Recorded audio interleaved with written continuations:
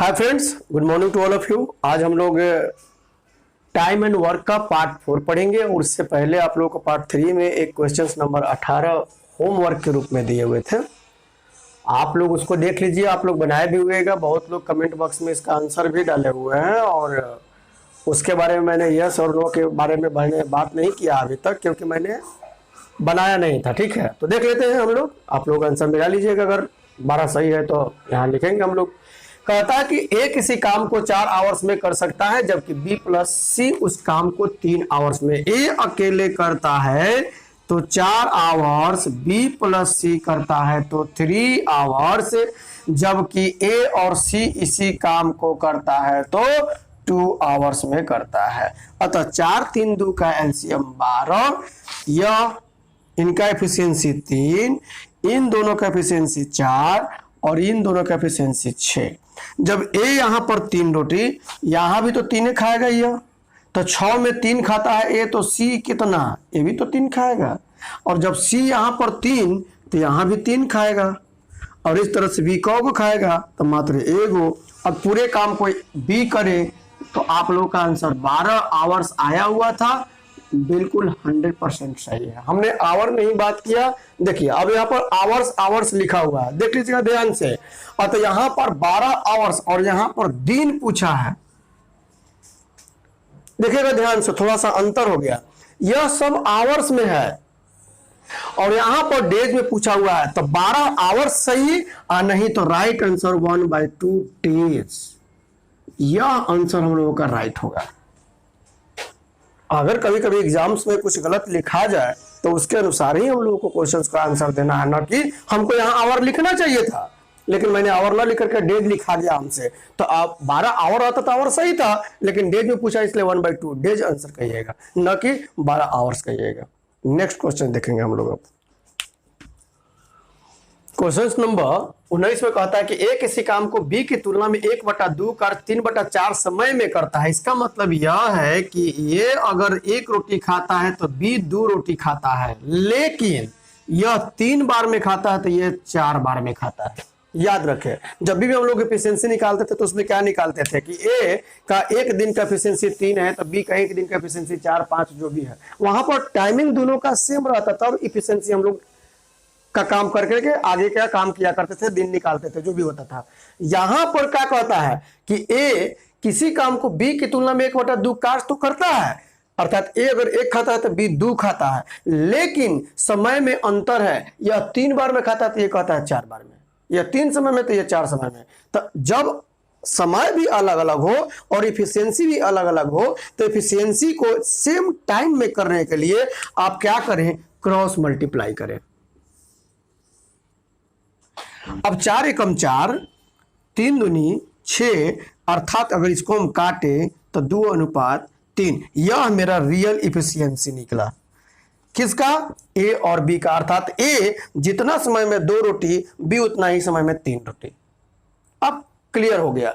अब कहता है यदि दोनों मिलकर इस काम को 18 दिन में, अगर ये देखा जाए तो दोनों मिलकर 3 और 2 5, 18 दिन में कितना खाया होगा, 5 × 18। अब आपसे कहता है ए अकेला, तो ए अकेला करेगा तो 2 से भाग कर दीजिएगा, बी अकेला कहे तो 3 से। तो ए अकेला कहता है तो आंसर क्या आ जाएगा इसका, 5 × 18 डिवाइडेड बाई ए का एफिशिएंसी 2 है, और बी अकेला कहेगा तो 5 × 18/3, अर्थात आंसर मार लीजिएगा जो भी आएगा आप लोगों का। ठीक है, नेक्स्ट क्वेश्चन देखते हैं।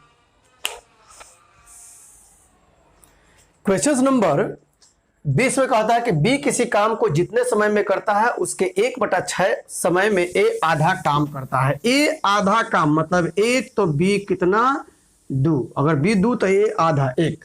हम पहले काम का चर्चा कर रहे हैं, ठीक है। लेकिन कहता है यह 1 समय में, तो ये कहता है 6 समय में। पहले काम था बाद में समय। पिछले वाले क्वेश्चंस में भी ऐसा ही मैंने किया था।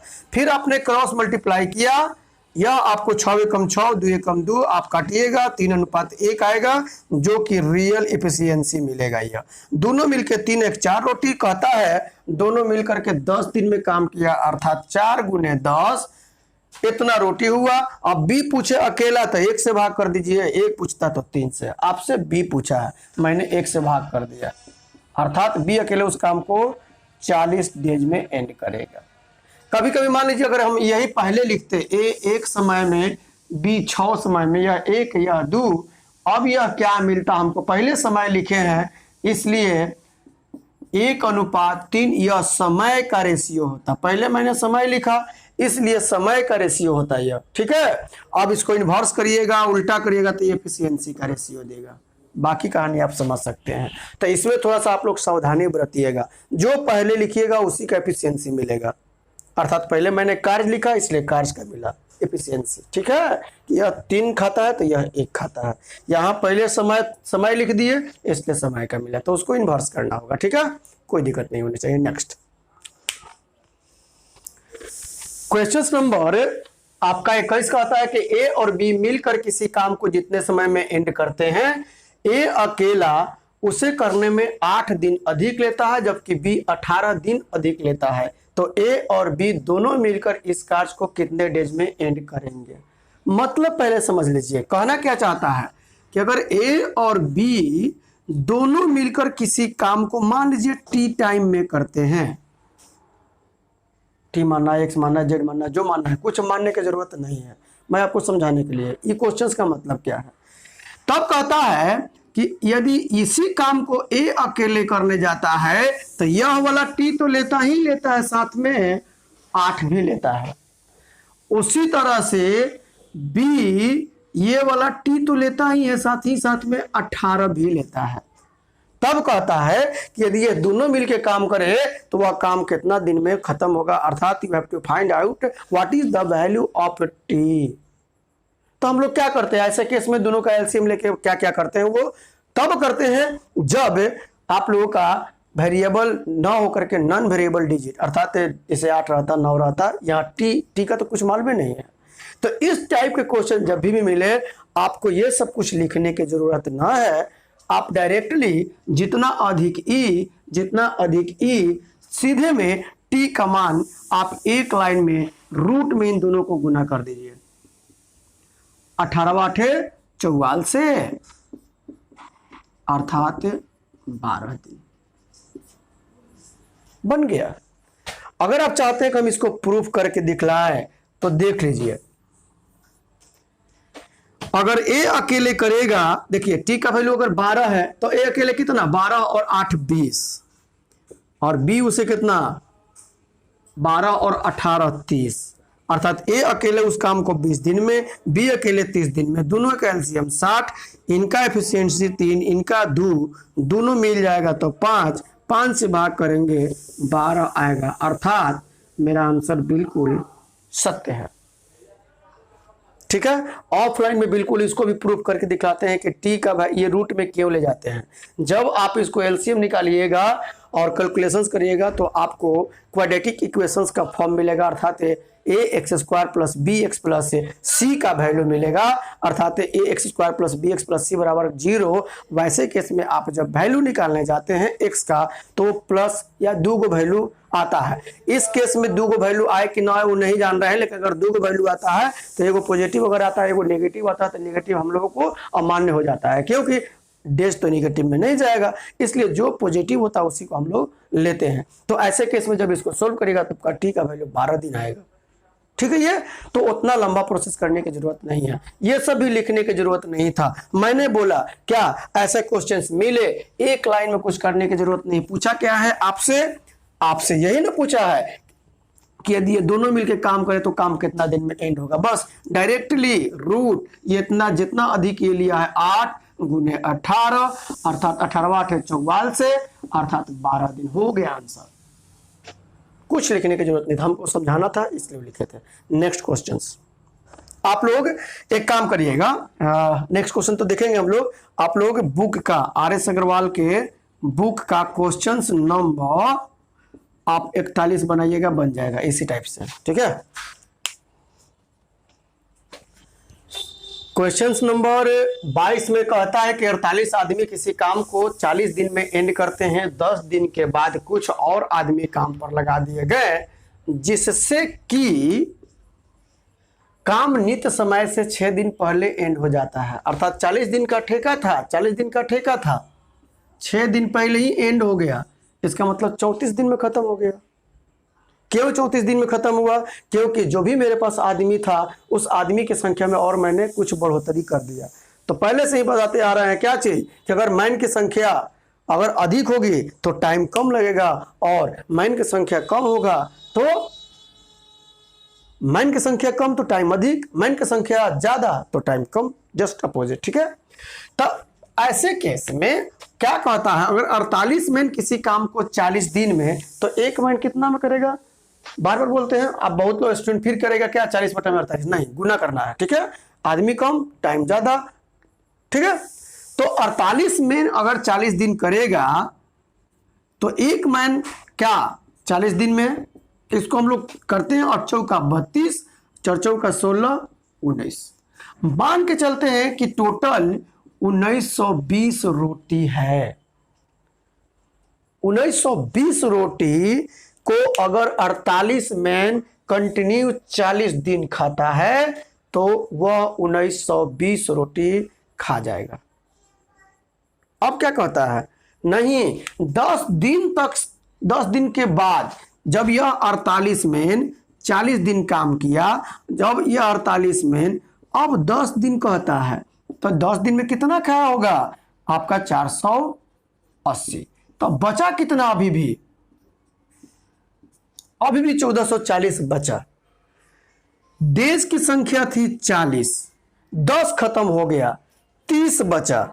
उसमें भी कहता है कुछ आदमी और एक्स्ट्रा लगाओ जिससे कि 6 दिन पहले अर्थात 24 दिन में ही खत्म हो जाए। 30 दिन बचा, 6 दिन पहले 24 दिन में।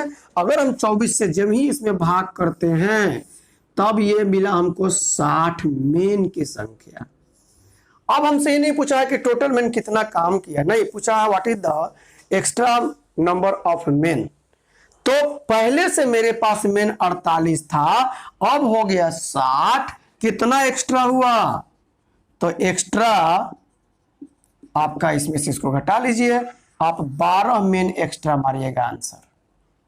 48 को पहले था, इस पूरे शेष काम को 60 आदमी ने किया 24 दिन में, अर्थात 48 आदमी 60 आदमी हो गया, 12 को एक्स्ट्रा मैंने ऐड किया। यही रीजन था, 12 को आदमी जब एक्स्ट्रा आया तो वह काम 6 दिन पहले ही समाप्त हो गया। एक बार, 2 बार, 3 बार वीडियो देखिए, आराम से समझ में आएगा। नेक्स्ट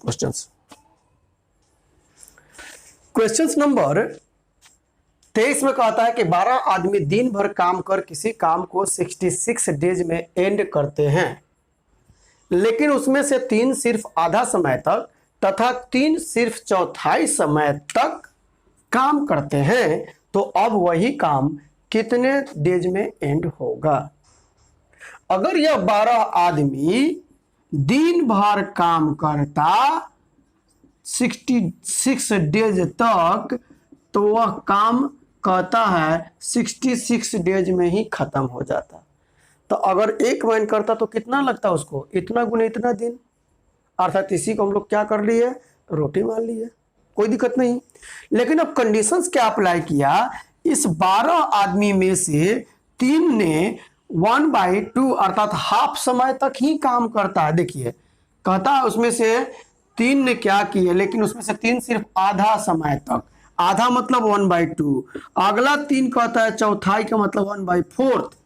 तो जब 12 में से 3 3 6 निकल गया तो बचा कितना? 6। अर्थात नेक्स्ट जो 6 है वह पूरे टाइम तक काम किया है, अर्थात 6 गुने 1। अब कहता है वही काम कितना दिन में अब एंड होगा? तो बस सबको जोड़ करके भाग कर दीजिए। इसको जोड़िएगा आप लोग तो 6 + 3 + 24, ठीक है। तो 24 34 3 33, ये 33 इन लोगों का एफिशिएंसी आया। अब रोटी था इतना, अब इतना से भाग करेंगे तब वो डेज की संख्या मिलेगा। तो हम लोग 4 ऐसे उल्टा लिख लेंगे, ये 2 बार में 12 8। अब वही काम 66 डेज के बजाय अब 96 डेज में एंड होगा। क्यों? क्योंकि कंडीशंस क्या कह रहा है, वह 12 आदमी अब दिन भर काम नहीं कर रहा है, उसमें से 3 कहता हम हाफ ए डे तक काम करेंगे, उसमें से और वो 3 पार्ट आदमी क्या कहता है कि नहीं हम 1/4 टाइम करेंगे, बाकी 6 को तो कंटिन्यू किया अपना। ठीक है, यहाँ तक यही रीजन है कि मैंने इस टाइप का काम किया है, ठीक है। और अब 96 डेज वही 66 के बजाय अब वह काम 96 डेज में एंड होगा। नेक्स्ट क्वेश्चन देखते हैं हम लोग। क्वेश्चन नंबर 24 में कहता है कि एक कार्य को पूरा करने के लिए 25 मैन 20 दिन के लिए काम पर लगाए गए थे, किंतु प्रत्येक 10 दिन पर 5-5 व्यक्ति जो है आदमी काम छोड़ते गए, तो काम कितने डेज में एंड हुआ। सबसे पहले अगर यह 25 आदमी अगर यह 20 दिन तक कंटिन्यू काम करे तो क्या आएगा, 500 रोटी आएगा। लेकिन कंडीशंस क्या कहा, नहीं, यह 25 आदमी पहले जब 10 दिन काम किया कितना खत्म हुआ होगा, 250, बचा कितना, 250। अब कहता है अब आदमी की संख्या जब 10 दिन हो गया तो आदमी 5 गो कम गया, अब आदमी की संख्या मेरे पास 20 हो गया। फिर अगर हम 10 दिन काम करवाते हैं तो अब 200 रोटी खत्म हुआ, अभी भी मेरे पास 50 रोटी बचा हुआ है, और आदमी फिर 5 गो चला गया, तब बचा कितना मेरे पास, 15 में। क्या अब हम 10 दिन काम करवाएंगे, रोटी की संख्या 50 बचा हुआ है, अगर हम 10 दिन काम करवाते हैं तो 150 रोटी हो जाएगा, कहां से लाएंगे। तो ऐसे केस में जब रोटी की संख्या कम हो और ये वैल्यू ज्यादा आ जाए तो आप डायरेक्टली भाग कर दो। अब 15 से अगर हम इसमें भाग करते हैं तो यहां पर 15 45, 1/3 दिन, तो यह 3.1/3 दिन, यह 10 दिन और यह 10 दिन, टोटल डेज की संख्या। अर्थात 25 मैन अगर 20 दिन कंटिन्यू काम करे 500 रोटी अर्थात 20 दिन में खत्म हो जाता, लेकिन कंडीशंस अप्लाई किया, हर 10 दिन के बाद 5 आदमी चला जाता है, आदमी कम हुआ, टाइम तो बढ़ेगा, यही रीजंस है।